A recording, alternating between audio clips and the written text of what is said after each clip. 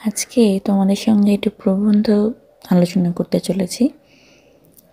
আসলে আমি যখন পড়াশোনাতে ছিলাম তখন আরও অনেক ইউটিউবার এসে অনেকে ভিডিও বানিয়ে থাকবেন। তাদের ভিডিওতে আমি বেশিরভাগই কবিতা, ছোট গল্প, উপন্যাস খুব ভালোভাবে পেয়েছি, কিন্তু প্রবন্ধগুলো না কোথাও একটা কমতি দেখা যায়। প্রবন্ধ যেগুলো আমাদের বুঝতে অসুবিধা হয়, বেশিরভাগ ছাত্রছাত্রীর একটাই সমস্যা, প্রবন্ধগুলো ঠিক ক্লিয়ার হয় না। আমারও হতো না। ভালো করে পড়লে, বুঝতে পারলে সেটা ঠিক ভালো লাগে, অনেক সময় বুঝে ওঠা যায় না। তো সেই থেকে আমি ভাবলাম যে তোমাদের সঙ্গে কিছু প্রবন্ধ শেয়ার করি। তো আজকে অন্নদাশঙ্কর রায়ের একটি প্রবন্ধ নিয়ে আলোচনা করব। তো চলো শুরু করি। প্রবন্ধটি আলোচনা করার আগে অন্নদাশঙ্কর সম্পর্কে কিছুটা আলোচনা করি। অন্নদাশঙ্করের নাম তো তোমরা সকলেই শুনেছ, অনেক কিছু জানো হয়তো। তো অন্নদাশঙ্কর রায় ছিলেন আইএসসি এবং স্বাধীন ভারতের প্রখ্যাত সাহিত্যিক। তিনি তার সাহিত্য জীবন বাংলাতে গড়বেন না উড়িয়া ভাষায় গঠন করবেন সে বিষয়ে সংশয়াত্মক ছিলেন, কারণ বাংলা ও উড়িয়া দুটো ভাষাতেই সমান দক্ষ তিনি ছিলেন। তো যাই হোক, তিনি তার মোট গ্রন্থ প্রকাশ করেছেন 165টি। তার মধ্যে উপন্যাস, ছোট গল্প ছাড়াও কবিতা তিনি সব কিছুতেই রচনা করেছেন। তো আজকে যে প্রবন্ধটি, সেটার নাম হলো বাংলা আর ইংরাজি। তার রচিত পাঠ্য প্রবন্ধটি মানে বাংলা আর ইংরাজি প্রবন্ধটি অন্নদাশঙ্কর রায়ের রচনাবলী থেকে সংকলিত। তো মূল বিষয় নিয়ে ছোট একটু আলোচনা করে দেবো যাতে তোমাদের বোঝার সুবিধা হয়। তার আগে কিছু বিষয় আমি তোমাদের সামনে তুলে ধরতে চাইছি। তো চলো শুরু করি। প্রাবন্ধিক অন্নদাশঙ্কর রায় প্রবন্ধের মধ্যে একটি কথা বলেছিলেন, যেভাবে আমার মতামত প্রকাশিত হয়েছে তাতে ভুল বোঝাবুঝির সম্ভাবনা আছে। এই কথাটা তিনি এজন্য বলেছিলেন কারণ পশ্চিমবঙ্গ সরকারের শিক্ষানীতির হেরফের নিয়ে বিভিন্ন মতামত তিনি প্রকাশ করেছিলেন। তাতে অনেকে ভুল বুঝতে পারেন, এই আশঙ্কায় তার ছিল।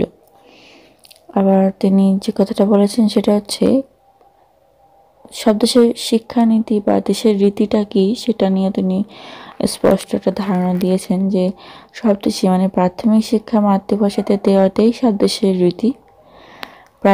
প্রাবন্ধিক অন্নদাশঙ্কর রায়ের মতে প্রাবন্ধিক শিক্ষার মাতৃভাষাতেই দেওয়ার রীতি, কারণ মাতৃভাষাতে শিক্ষা দেওয়াই স্বাভাবিক ও সহজ এবং সবচেয়ে কমও খরচ। তো এই কথাটা বলার কারণ, আমাদের দেশেতে অনেক সময় কি হয়, ছোটবেলা থেকেই সরকারি স্কুলে হয়তো সেই নিয়মগুলো থাকে না, কিন্তু যেগুলো সরকারি নয়, সরকারি ছাড়া যেগুলো বেসরকারি স্কুল, তার মধ্যে দেখা যায় অনেক সময় মানে আমাদেরকে চাপিয়ে দেওয়া হয় যে ইংরেজি পড়তেই হবে, ইংরেজি না পড়লে হবে না, বাধ্যতামূলক। ছোট থেকে একদম ছোট ছোট বাচ্চা, তাদেরকেও ইংরেজি পড়তে হয়। তো সেই সব দিকে তিনি লক্ষ্য করেছিলেন। তো তার জন্যই তার এই প্রবন্ধটা লেখা, এবং পরবর্তীতে তিনি অন্য একটা মত পোষণ করেছেন, সেটা তোমাদের সঙ্গে শেয়ার করব। তো আরেকটা কথা বলে রাখি, তিনি এও বলেছেন যে ইংরাজি মাধ্যম বিদ্যালয়গুলি এখন বেড়ে যাওয়ার কারণটা, তো কী কী কারণ তিনি দেখিয়েছেন সেগুলো বলি। অভিভাবকেরা বদলি হয়ে যেখানে যান সেখানে ইংরাজি মাধ্যম বিদ্যালয়ে ভর্তি করে দিলে ছেলে মেয়েদের পড়াশোনা অব্যাহত থাকে। মানে ধরো অভিভাবকরা চাকরি সূত্রে বদলি হয়ে যায়, তো যদি এখানে বাংলা মাধ্যমে পড়ায়, তো যেখানে বদলি হয় সেখানে যদি বাংলা মাধ্যম বা যে দেশে তিনি বদলি হলেন অভিভাবকরা, সে দেশে হয়তো মাতৃভাষা আলাদা, তখন তাদের মাতৃভাষায় আবার তাকে নতুন করে ছোটো থেকে আবার হয়তো সেই গ্যাপগুলো থেকে যাবে, মানে তাকে আবার নতুন করে সেই ভাষা শিখতে হবে, আবার পড়াশোনা করতে হবে। আবার তার প্যারেন্টসরা হয়তো কদিন পরে অন্য জায়গায় বদলি হলো, অন্য কোনো দেশে বদলি হলো, তখন তাদেরকে আবার তাদের সেই মাতৃভাষা শিখতে হবে। এইসব ঝামেলা তারা নিশ্চয়ই চাইবে না যে তার ছেলে মেয়েগুলো এরকম ভাবে ভুগুক পড়াশোনার ক্ষেত্রে। তারা নিশ্চয়ই চাইবে যেটা সুবিধা হবে। ইংরেজিটা যেহেতু সব দেশে থাকে, ইংরেজি মাধ্যমে পড়ালে অন্য দেশে যদি ট্রান্সফার হয়ে যায়, তখন ইংরেজি মাধ্যমে আবার তার পরের ক্লাস থেকে সে স্টার্ট করতে পারবে। এজন্য হয়তো তারা এই সিদ্ধান্ত নিয়ে থাকে বেশিরভাগ অভিভাবকেরা। আবার আরেকটা কারণ তিনি দেখিয়েছেন, বদলির চাকরি যারা করেন তাদের সন্তানদের সরকারি ত্রিভাষা সূত্র অনুসারে আঞ্চলিক ভাষা শিখতে হয়, ফলে পড়াশোনা অব্যাহত হয়। তাই পড়াশোনা অব্যাহত রাখার জন্য ইংরেজি মাধ্যম বিদ্যালয়ে পড়াবার ঝোঁক লক্ষ্য করা যায়। তো এটা তো আমি একটু আগে বললাম তোমাদেরকে। আরেকটি কারণ সেটা হচ্ছে, যারা সরকারি চাকরি যারা করে না, যারা বদলির চাকরি করে না, তারা এইটা ভাবে যে যদি ইংরাজি মাধ্যমে তারা ছেলে মেয়েদেরকে পড়ায় তাহলে তার ছেলে মেয়েরা হয়তো টিচারের লেকচারগুলো সহজে বুঝতে পারবে, পরীক্ষার প্রশ্নপত্রগুলো হয়তো সহজে বুঝতে পারবে, এতে তারা ভালো নাম্বার তুলতে পারবে। এই চিন্তা ভাবনার থেকে তারা ইংরাজি মাধ্যমে ছেলে মেয়েদের বেশি পড়ানোর চেষ্টা করায় বা পড়ানোর ঝোঁক তাদের মধ্যে দেখা যায়। এইসবের জন্যই মানে আজকালকার ইংরাজি মাধ্যম বা ইংরাজি মিডিয়ামগুলো বেশি পরিমাণে দেখা যায়। অন্নদাশঙ্কর রায় তার প্রবন্ধের মধ্যে ইংরেজি শিক্ষা ব্যবস্থার অবস্থাটা তুলে ধরেছেন। তার মতে ইংরেজি মাধ্যম বিদ্যালয়ের সংখ্যা ক্রমবর্ধমান। সেখানে ছাত্রছাত্রীদের ভর্তির জন্য অভিভাবকদের 6 মাস বা 1 বছর আগে থেকে ধর্ণা দিতে হয়। বাছাইয়ের জন্য টেস্ট হয়, তাতে পাশ করলে তবেই ভর্তি হওয়া যায়। প্রমাণ করতে হয় যাদের ভর্তি করতে চাওয়া হচ্ছে তাদের বয়স নির্দিষ্ট বয়সের চেয়ে কম নয়। ইংরেজি মাধ্যমিক বিদ্যালয়ে ভর্তি হতে গেলে ধরাধরিও করতে হয়। সুতরাং লেখকের সময় থেকে ইংরেজি মাধ্যম বিদ্যালয়গুলো সমৃদ্ধ হতে শুরু করেছে। এর অবস্থা এখন সমৃদ্ধ। বাংলায় আর ইংরেজি প্রবন্ধের মধ্যে প্রাবন্ধিক একটি লাইন বলেছেন, যেটা হচ্ছে এই দুই চরম মনোভাব জনমতকে দ্বিধা বিভক্ত করেছে। যে দুটি মনোভাবের কথা তিনি বলেছেন, একটি হচ্ছে ইংরেজি তুলে দেওয়া, আর একটি হচ্ছে ইংরেজি শেখানো। কেননা প্রাবন্ধিকের মনে হয়েছে এতে ছাত্রছাত্রীদের কোনো স্বাধীনতা থাকছে না, এতে ছাত্রছাত্রীদের ক্ষতি হবে। আবার তিনি ফালতু পাঠ্য হিসেবে কেউ নিতে পারবে ইংরেজি, কেউ সংস্কৃত, কেউ বাংলা, এই কথাটিও বলেছেন। তিনি বাংলা, ইংরেজি, সংস্কৃতকে ফালতু পাঠ্য বলেছেন এই কারণে, কেননা এই বিষয়গুলিতে হিউম্যানিটিজ ও বাণিজ্য বিভাগে পাস মার্ক রাখলেও হতো বা না রাখলেও হতো, ফলে এই বিষয়গুলি কোনো গুরুত্ব ছিল না, তাই তিনি এই কথাটা বলেছেন। অনেক তো হলো এদিক ওদিক, এবারে মূল বিষয়ে ফিরে আসি।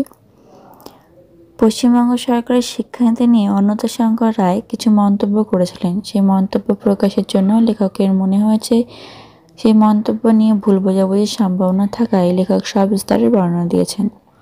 বহুল পরিমাণে ছাত্রছাত্রীদের প্রাথমিক শিক্ষা দিতে হলেই স্বাভাবিক মাতৃভাষার মাধ্যমে শিক্ষা দিতে হবে, কিন্তু সরকার যে ত্রিভাষা সূত্র চালু করে শিক্ষাতে দেরি করিয়ে দিচ্ছে। ইংরেজি মাধ্যম বিদ্যালয়ের সংখ্যা বেড়ে যাওয়ার কারণও হলো ত্রিভাষা সূত্রের প্রচলন।